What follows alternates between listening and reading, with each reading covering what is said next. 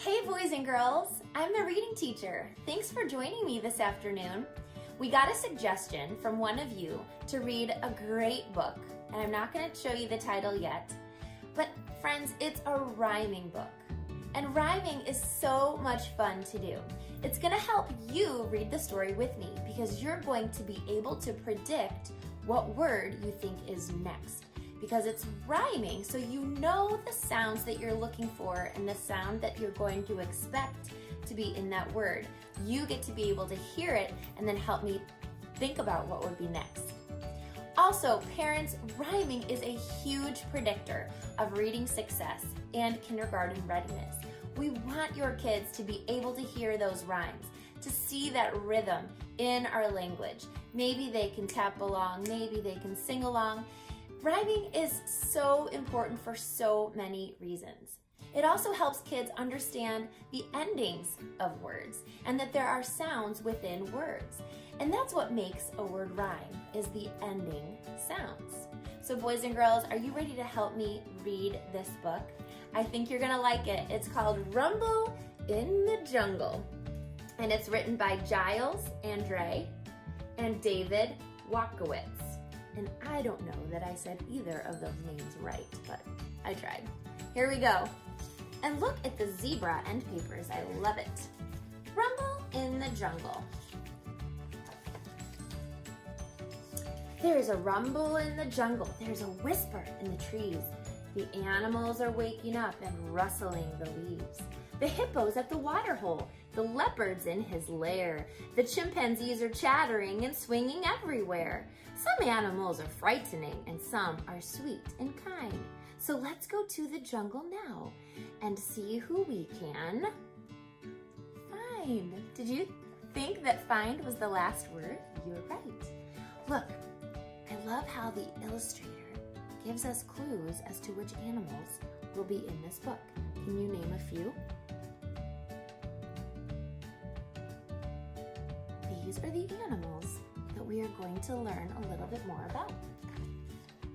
The first one is a chimpanzee. It's great to be a chimpanzee swinging through the trees, and if we can't find nuts to eat, we munch each other's. Did you say fleas?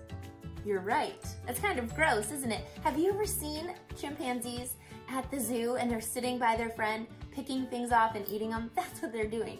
Picking off bugs off of their friends and eating them. Kind of glad I'm not a chimpanzee. Lion. The lion's the king of the jungle, who quietly sits on his paws. But everyone quivers and shudders and shivers as soon as he opens his... What would make sense? It's gonna rhyme with paw. What rhymes with paws? He opens his, can't be mouth. Jaws. Did you say jaws? Good job. Elephant. It's great to be an elephant, all big and fat and round, and wander through the jungle, just elephing around. Zebra. I could have been gray like a donkey or brown like my cousin the mule, but instead I've got stripes, which my lady friend likes, since they make me look handsome and cool.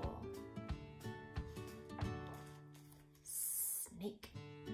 The boa constrictor's a slippery snake who squashes then swallows his prey. He knows that's not very friendly or kind, but they do taste much nicer that way. Giraffe. Some animals laugh at the gangly giraffe, but I hold my head up and feel proud. I really don't care when my head's in the air and my cheeks getting kissed by a cloud.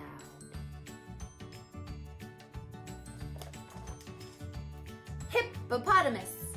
Hello, I'm a big happy hippo. I sleep in the sun till I'm hot. And when I'm not sleeping, I mooch in the mud, which hippos like doing a lot. Crocodile. When animals come to the river to drink, I watch for a minute or two. It's such a delight to behold such a sight that I can't resist chomping a few.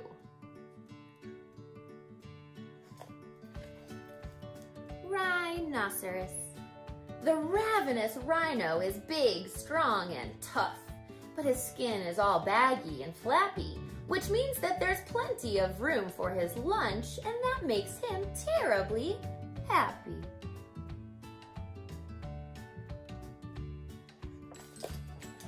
Gazelle.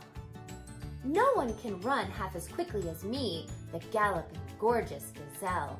I can leap up so high that my horns touch the sky, and I'm awfully pretty as well. Gorilla.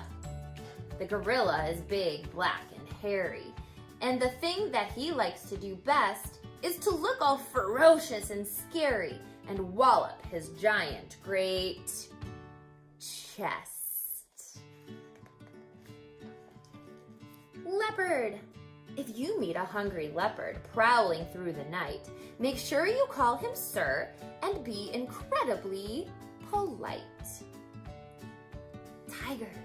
Beware of the terrible tiger. You don't always know when he's near, but his eyes shine like lights in the blackest of nights, and his growl makes you tremble with fear.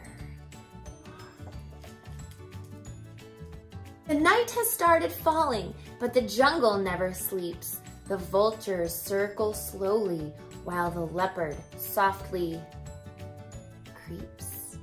And if you listen quietly, you might just hear the growl of a hungry pair of panthers who are still out on the prowl. The lions and their little cubs are sleeping in their den, so let's leave them till tomorrow when we'll visit them again.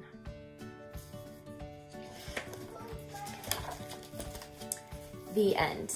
I loved that book, and I loved being able to figure out what word was coming next, knowing it was a rhyming word and seeing, what would make sense but also rhyme.